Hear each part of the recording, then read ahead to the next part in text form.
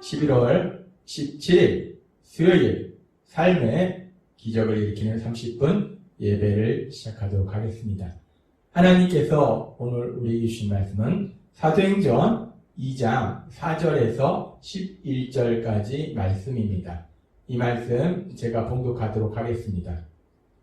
그들이 다 성령의 충만함을 받고 성령이 말하게 하심을 따라 다른 언어들로 말하기를 시작하니라.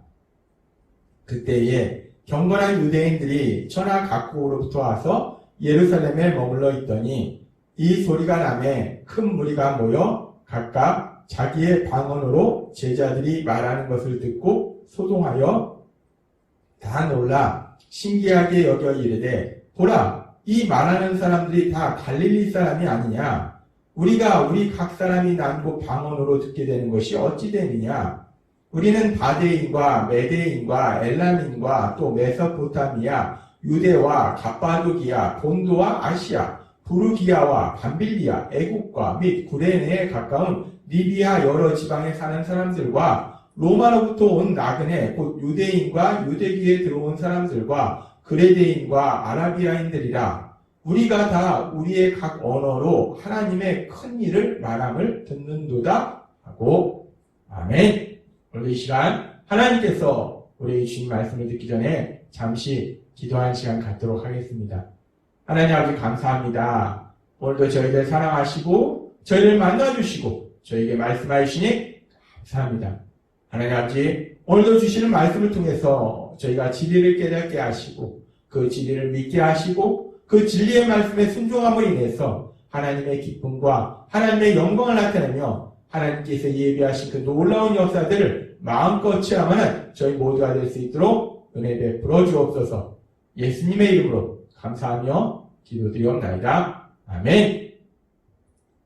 하나님께서는 어제 우리에게 사도행전 2장 1절에서 4절의 말씀처럼 예수님께서 미리 말씀하신 대로 이제 예수님을 믿는 사람들에게 성령님이 임하시는 그런 놀라운 역사에 대해서 말씀해 주셨습니다.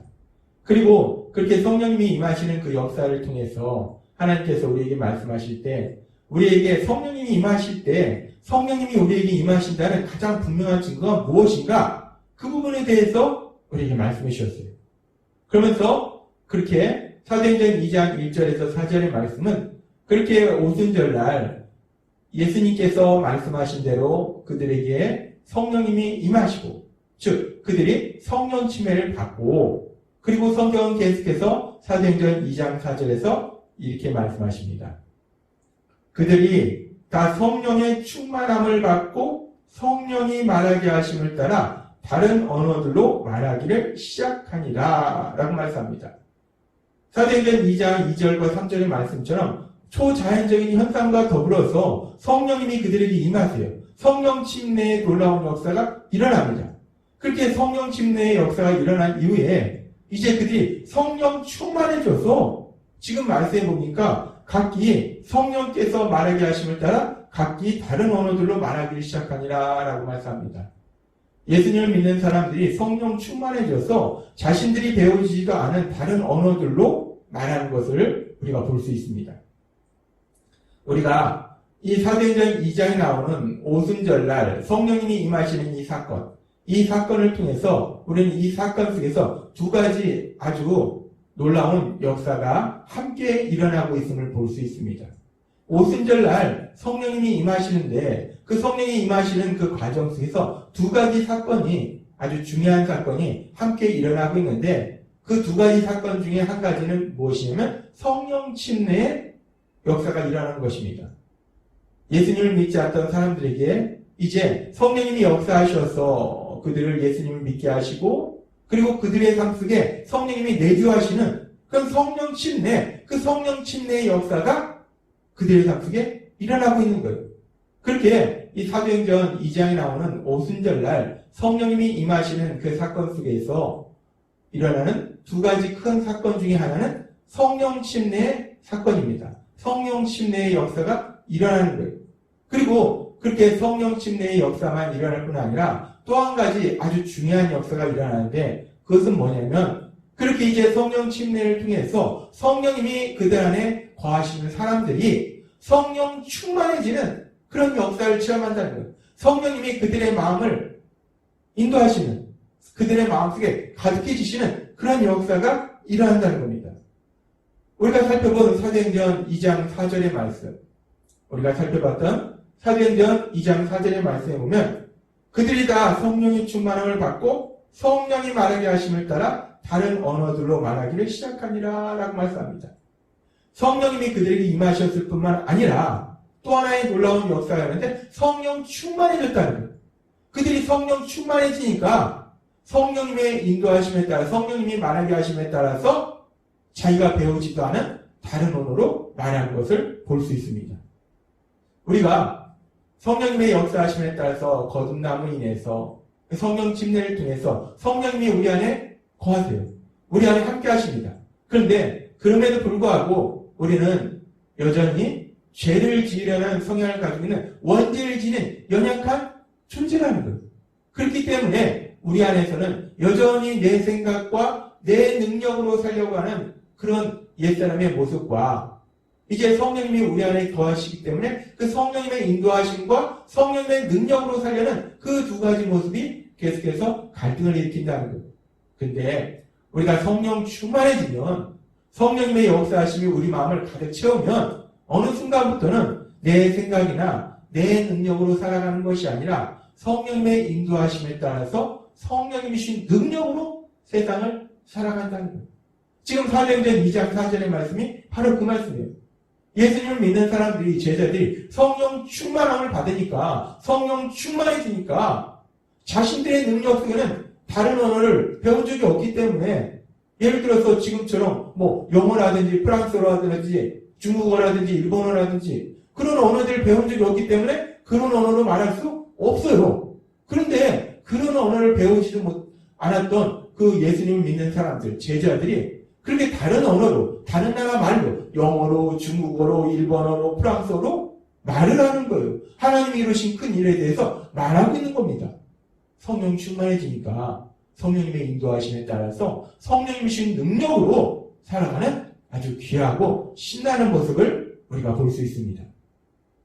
그렇게 성령님이 우리 안에 거하시고 더 나아가서 우리가 성령 충만하면 우리가 그렇게 성령님이 주신 능력으로 살아가는데, 근데 우리가 여기서 알아야 될 아주 중요한 진리 중에 하나는 우리가 예수님을 믿게 될 때 받게 되는 성령 침례, 성령님이 우리 안에 거하신 그 사건은 우리의 평생에 단 한 번만 일어나는 사건이에요. 단회적인 사건입니다.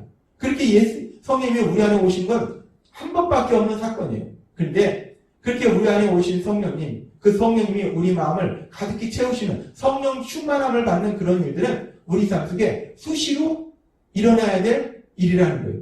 우리가 지금 성령 충만하다고 우리가 이 땅을 떠나는 그날까지 계속 성령 충만한가? 아니라는 겁니다.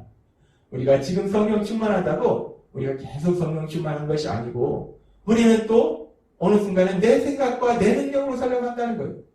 그래서 우리는 계속해서 하나님의 은혜, 그 은혜 안에 거함으로 인해서 계속해서 성령 충만함을 받아야 된다는 거예요.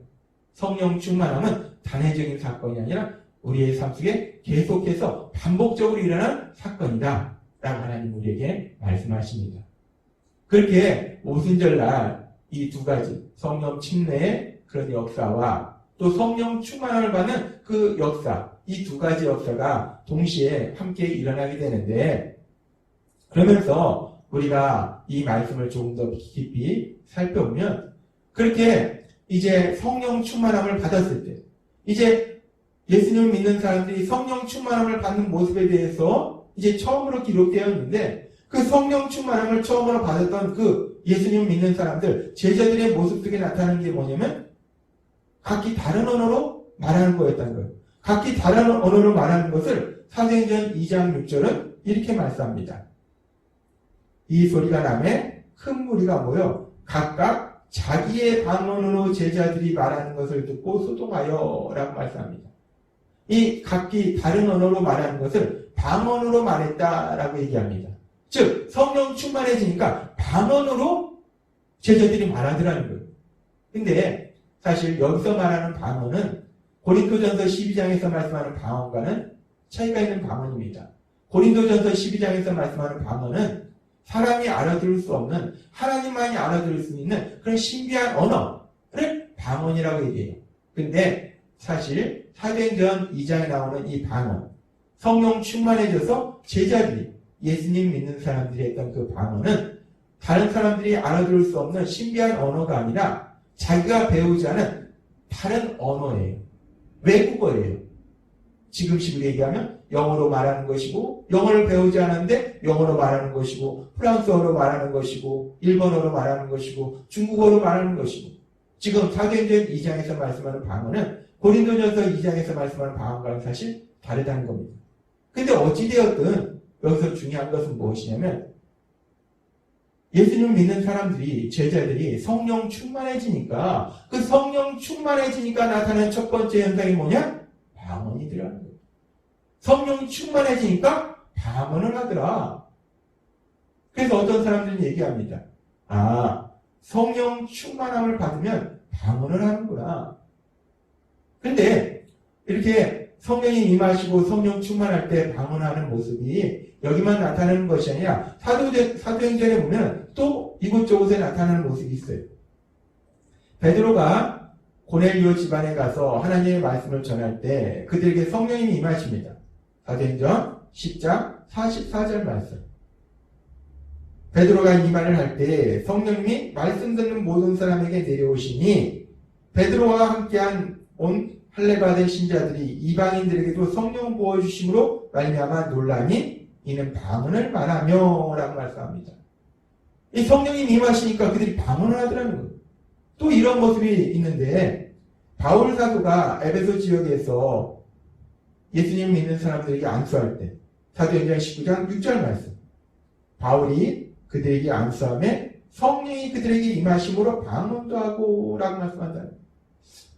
지금 사도행전 2장뿐만 아니라 사도행전 10장이나 사도행전 19장에도 보니까 성령이 임하시니까, 성령 충만이니까 방언을 하더라는 거예요. 아, 성령 충만함의 증거는 방언을 하는 것이구나 라고 사람들이 생각할 수도 있다는 거예요.